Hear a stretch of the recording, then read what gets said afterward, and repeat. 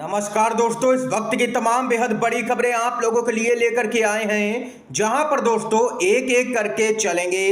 तमाम बेहद बड़ी खबरें आप तक आगे इसी वीडियो में पहुंचाएंगे। सभी मुख्य समाचार इस वीडियो में शामिल किए गए हैं। दोस्तों, खबरों की तरफ बढ़ने से पहले आप लोगों से छोटी सी रिक्वेस्ट है कि अगर आप लोग हमारे यूट्यूब चैनल पर नए हैं तो चैनल को भी सब्सक्राइब कीजिएगा और पास में ही बने घंटी के आइकन को जरूर ही दबाइएगा। दोस्तों, और अगर आप लोगों को आगे ये वीडियो पसंद आए तो एक प्यार वाला लाइक वीडियो को कीजिएगा। दरअसल दोस्तों, पहली बड़ी खबर की तरफ बढ़ते हैं। जी हां दोस्तों, कांग्रेस के 99 सांसदों की सदस्यता रद्द करने को लेकर के मामला पहुंचा है हाई कोर्ट में। जनहित याचिका दायर की गई है। मामला क्या है आप लोगों को बताते चले। इलाहाबाद हाई कोर्ट में एक जनहित याचिका दाखिल कर कांग्रेस के 99 सांसदों को अयोग्य घोषित करने, पार्टी का पंजीकरण रद्द करने व चुनाव चिन्ह जब्त करने की मांग की गई है भाजपाई समर्थकों की तरफ से। याचिका में कहा गया है कि कांग्रेस पार्टी की ओर से लोकसभा चुनाव के दौरान जारी गारंटी कार्ड में गरीब, पिछड़े, दलित व अल्पसंख्यकों को चुनाव के बाद 8,500 रुपए प्रतिमाह देने का वादा कर वोट के लिए लालच दिया गया। दोस्तों, बताते चलें कि यह याचिका भारती सिंह की ओर से अधिवक्ता ओपी सिंह व सौसत आनंद ने यहां पर दाखिल की है। याचिका में कहा गया है कि कांग्रेस ने गारंटी कार्ड जारी किया जिस पर अध्यक्ष मल्लिकार्जुन खड़गे व राहुल गांधी के हस्ताक्षर हैं। इतना ही नहीं, लोगों ने विश्वास किया, जिसके बाद यहां पर कांग्रेस पार्टी को वोट भी दिया, लेकिन अब 8,500 रुपए नहीं मिल रहे हैं। ये यहां पर दोस्तों देख सकते हैं कि भाजपाई समर्थकों ने हाई कोर्ट में एक याचिका दाखिल की है दोस्तों, और कांग्रेस के 99 सांसदों को अयोग्य घोषित करने की मांग की है। बीजेपी के समर्थकों ने यह याचिका दायर की है। दोस्तों, आप लोगों की जानकारी के लिए बताते चलें कि इंडिया गठबंधन की केंद्र में सरकार बनती तो यहां पर 8,500 रुपए प्रतिमाह हर गरीब परिवार की एक महिला को दिए जाते इंडिया गठबंधन की सरकार की तरफ से। क्योंकि पूर्ण बहुमत यहां पर मिला नहीं, इंडिया गठबंधन को सरकार बन नहीं पाई, तो यहां पर वादा भी कैसे पूरा हो, यह भी इतनी सी बात यहां पर इन भाजपा के समर्थकों को समझ में नहीं आ रही है दोस्तों। और ये वही बीजेपी के समर्थक हैं जिनकी केंद्र में सरकार बनने के बाद भी कोई भी वादा पूरा नहीं होता है, चाहे वह 15 लाख का वादा हो या 2 करोड़ रोजगार का वादा हो। ये यहां पर खबर आई है। आप लोगों की क्या कुछ राय है दोस्तों, खबर को लेकर के बताइएगा कमेंट बॉक्स में कमेंट करके। इसके साथ ही एक और अपडेट की तरफ बढ़ते हैं। ईडी को लगा है सुप्रीम कोर्ट से एक और बड़ा झटका। जी हां दोस्तों, 17 महीने के बाद जेल से बाहर आएंगे मनीष सिसोदिया।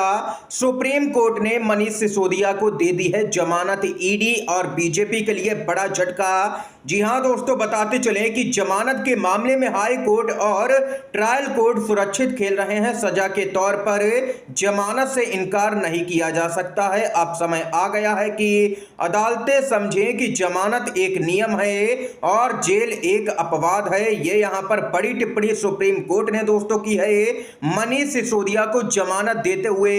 ये महत्वपूर्ण बात दोस्तों यहां पर कह दी है सुप्रीम कोर्ट ने। ये ईडी के लिए दोस्तों एक बड़ा झटका माना जा रहा है। 17 महीने के बाद जेल से बाहर आएंगे, जिसके बाद में यहां पर मनीष सिसोदिया के घर से लेकर के आम आदमी पार्टी के दफ्तर तक जश्न का माहौल देखने को मिल रहा है दोस्तों। ये खबर आई है सामने। इतना ही नहीं, बेहद ही चौंकाने वाली अपडेट आ रही है सामने निकल के। सुप्रीम कोर्ट ने फैसला दिया है कि SC ST मामले में आरक्षण के भीतर आरक्षण लागू होगा। बताते चले आप लोगों को, ये यहां पर सुप्रीम कोर्ट ने फैसला दिया था। और इस बीच खबर आ रही है कि सरकार सुप्रीम कोर्ट के इस फैसले को लागू नहीं करेगी। बीजेपी के SC ST सांसदों का प्रतिनिधिमंडल आज संसद भवन में प्रधानमंत्री मोदी से मिला था। प्रधानमंत्री ने सांसदों को भरोसा दिलाया है कि सरकार यहां पर सुप्रीम कोर्ट के इस आदेश को लागू नहीं करेगी। ये खबर आ रही है।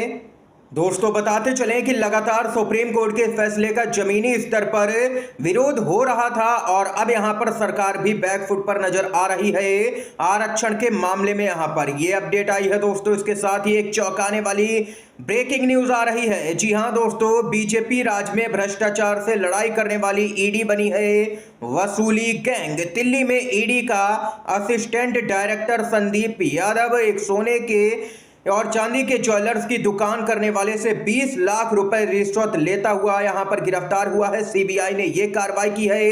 सीबीआई के द्वारा रंगे हाथ ईडी का अधिकारी गिरफ्तार किया गया है। यह पहला मौका नहीं है कि ईडी के अधिकारी रिश्वत लेते हुए पकड़े गए हों। इससे पहले भी तमिलनाडु और राजस्थान आदि कई राज्यों में यहां पर ईडी के अधिकारी रंगे हाथों रिश्वत लेते हुए पकड़े गए हैं। दोस्तों, सीबीआई ने ईडी के सहायक निदेशक संदीप यादव को 20 लाख रुपए की घूस लेते हुए गिरफ्तार किया। जहां एक केंद्रीय एजेंसी की जांच की गुणवत्ता का यह हाल हो कि उसके अपने अफसर घूस लेने के लिए गिरफ्तार हो रहे हों, उसके भरोसे भ्रष्टाचार से लड़ाई लड़ी जा रही है।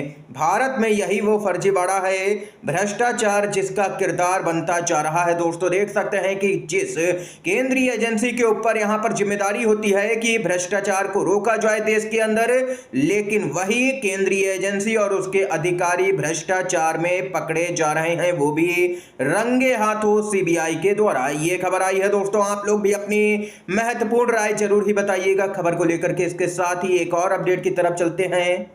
जी हां दोस्तों, इस समय का बड़ा खुलासा हो गया है। ऐन वक्त पर टीडीपी ने बीजेपी को दे दिया तगड़ा झटका संसद में। जी हां दोस्तों, बताते चलें, कल खबर सामने निकल के आई थी कि 10 साल में पहली बार हुआ ऐसा, मोदी सरकार का अटका है कोई बिल। जेपीसी में भेजा गया वक्फ विधेयक। केंद्र सरकार ने वक्फ बोर्डों को नियंत्रित करने वाले कानून में संशोधन से संबंधित एक विधेयक को लोकसभा में पेश किया था, लेकिन सदन में विपक्षी दलों के भारी विरोध को देखते हुए इसे जेपीसी के पास में भेजने का फैसला लेना पड़ा है सरकार को।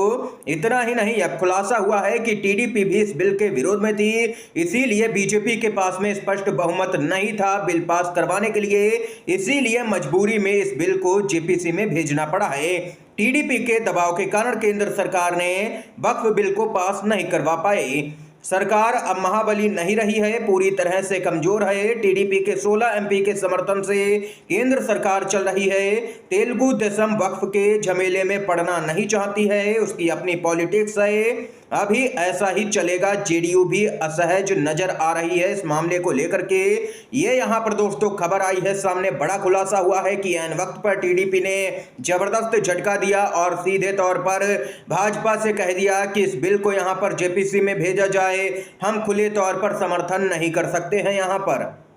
ये इसके साथ ही दोस्तों आप लोगों को बताते चलें कि वक्फ संशोधन विधेयक पर शिवसेना यूबीटी की सांसद प्रियंका चतुर्वेदी ने कहा कि ये मुसलमान विरोधी है सरकार, ये धर्म विरोधी है। ये भाजपा की मंशा दिखाता है कि भाजपा सिर्फ और सिर्फ मुसलमानों के खिलाफ काम करती है, ये संघीय ढांचे के भी खिलाफ है। ये बिल अभी जेपीसी में गया है, अगर ये किसी तरीके से किसी के भी अधिकारों को छीनने की कोशिश करते हैं तो हम सब उसकी लड़ाई लड़ेंगे।